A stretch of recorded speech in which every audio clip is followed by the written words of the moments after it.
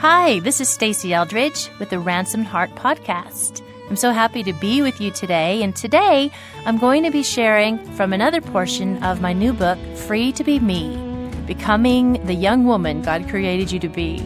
It's a book that I wrote specifically for teen girls, ages 12 to 18, to help them become the woman they're meant to be. These are tough years they're navigating. So today, I'm going to be talking about friendships. I'm going to read a little bit from a chapter I wrote on friendships, just a small portion, and then talking with two fathers, one of current teenage girls and one who is the father of girls who are no longer teenagers, but who has weathered those storms. A true friend never gets in your way unless you happen to be going down, said Arnold H. Glasgow. My friend ate a slug once. She and her friends came upon it while they were exploring the fields by her home. They rolled over a stump, and there it was in all of its bulbous, slimy glory.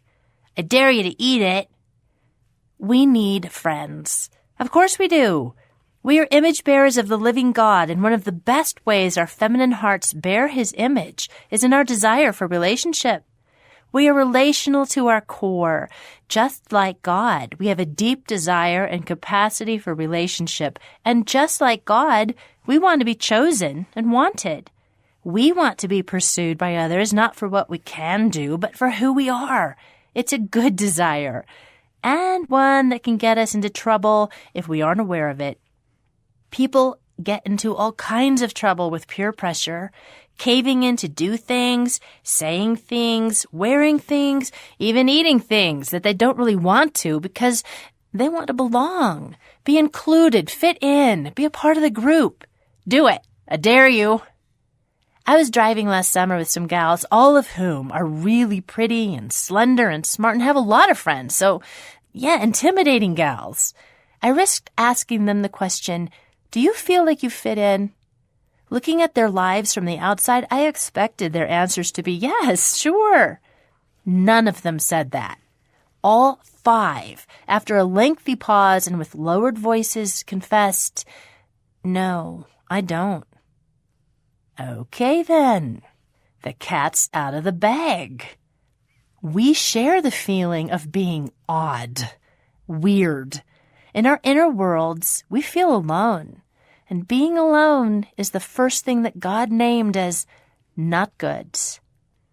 We share an ache in our hearts that no one can fill, and a fear that if people really knew us, they would run away as fast as they could. We share that. We share the feeling that most everyone else has it together, and we are barely pulling it off. We share the feeling that we don't fit in.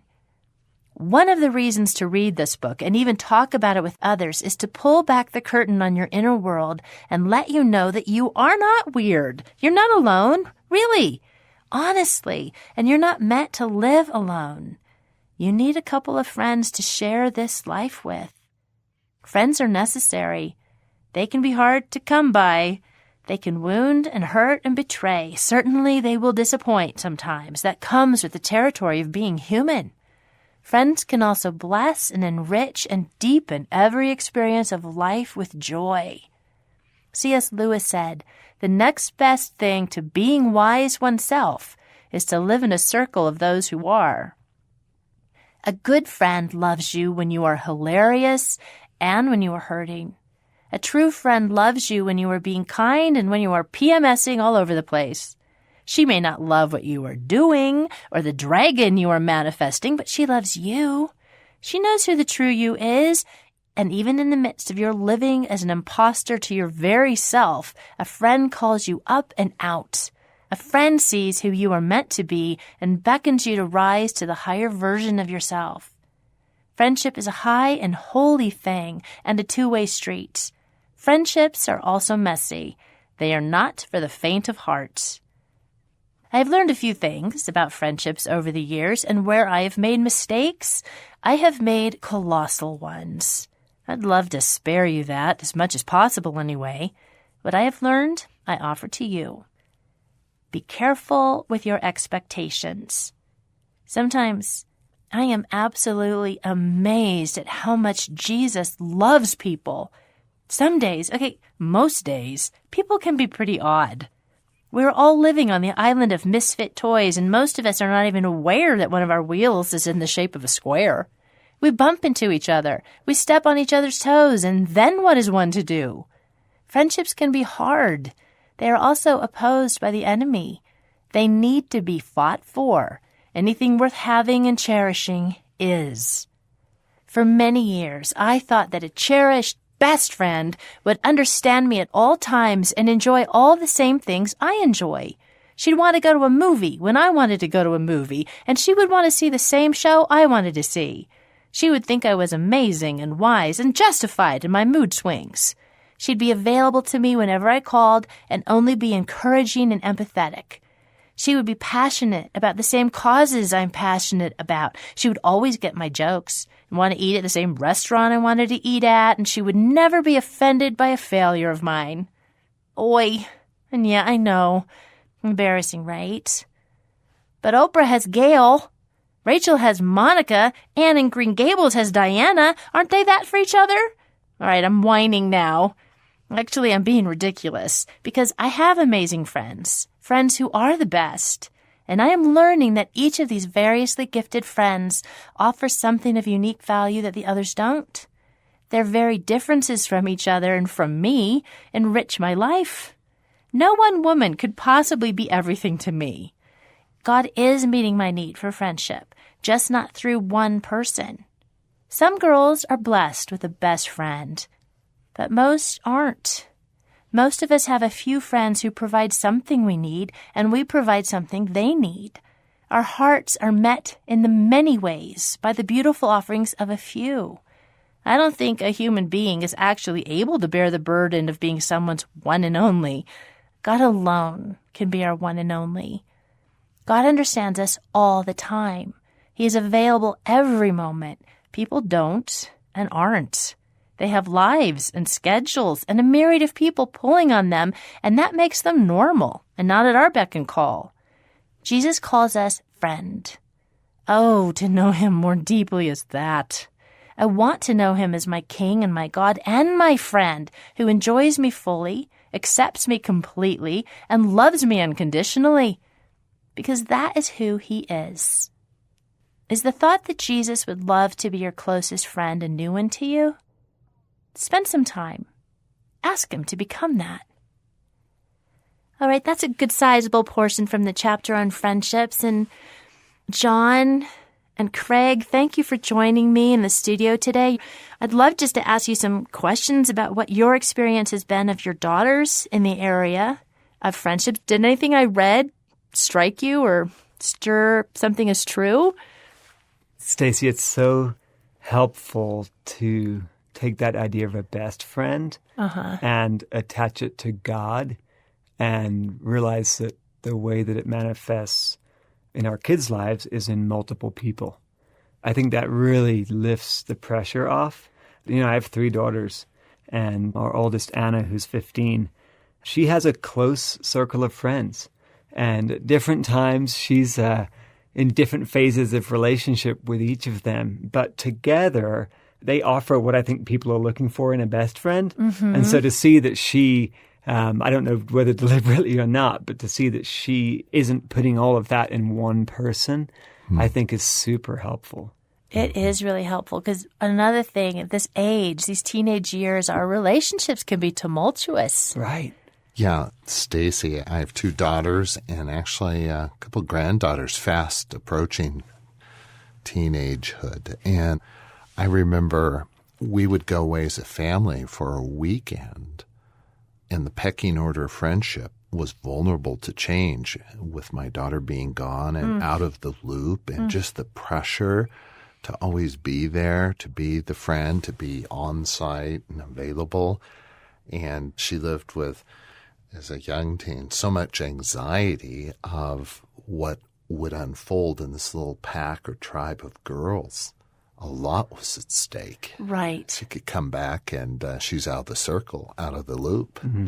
Right. Particularly girls can do that to one another. Yeah. I think more so than boys or teenage guys. And if they have a conflict, they battle it out and it's done. But girls, Yeah. I think as a parent, as a father, it's comforting your thoughts on you can't get it all from one friend, because we stress over our daughters, our children, the friends they do have, and some of them aren't the kind of friends we wish they did have. Right, right. And what will the effect of this child be? And to know that actually there's going to be a number of girls who influence my daughter and kind of shape and pressure and push and pull and lure her into just her own maturity versus just one. That's kind of, for me, hopeful.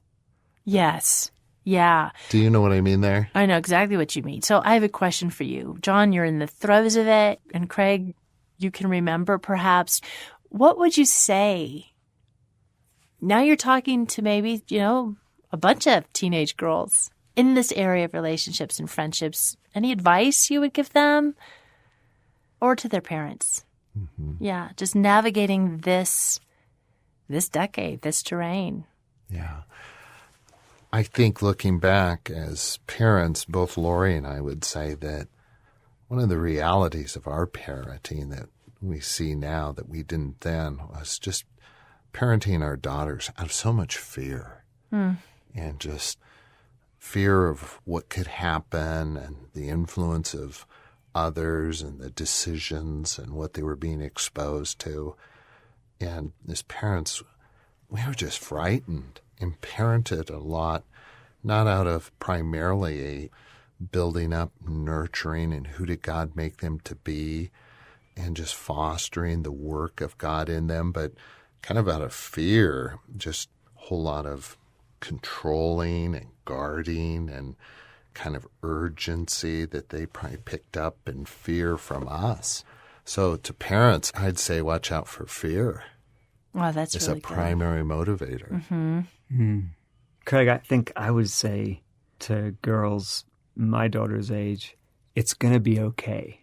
Oh, that's good. Right? Because, I think back to my teenage years, and everything seemed so important. Mm-hmm. Like it seemed like the decisions that I made around what class to take or, what relationship to have, that the whole world surrounded those things. And in my world at that point it did. But as I look at my daughters and the decisions they're making about what they want to study in school and the hobbies they want to have and the friendships they want to have, like I just want them to feel the freedom of it's going to be okay. Time is on their side, and some of the things that feel so important right now aren't quite as important as they seem in the moment. And that's a good thing. So you want to take the pressure off. Yeah, there's hope in that. That is so good. That feels like that translates into almost every area. There's hope. Right. You're going to be okay. You're not on your own. Right. And for parents to hear that as well, that, there's more than you involved, you as parents shaping your daughter's life. But right. There's God, and there's this sense of she's going to be okay. Mm-hmm. She's going to be okay. I mean, you're not alone in this. There's a God who's very active, involved. And I think for parents to particularly kind of have words over each of their children's, their lives and their directions. And, looking back, I know God told us they're going to be okay. We just didn't hear it because our fears trumped all of that. But to know everything, they're going to be okay. You don't judge yourself as a parent till your kids are at least 35. Oh, good. That's good news. Good. A few more years ago. That sentence, they're going to be okay. And the truth that God is more involved than we know or realize. And if you're listening now as a father or a mother or as a teenage girl, it's all true. God is more involved than you know. He's got you. He's got the ones you love, and he will never let you go. Right. That was wonderful. I love having fathers here with me, and I hope you enjoyed listening. That's the truth. Regardless of where you're at, any stage of life, you need to know, I need to know that we are not on our own. We are held by the King of the universe, the God who loves us. We are surrounded by love, and he is moving always on our behalf. Thank you for joining me for the Ransomed Heart podcast. I've been talking today about free to be me, becoming the young woman God created you to be. Get it for yourself or a teen that you love. See you next week.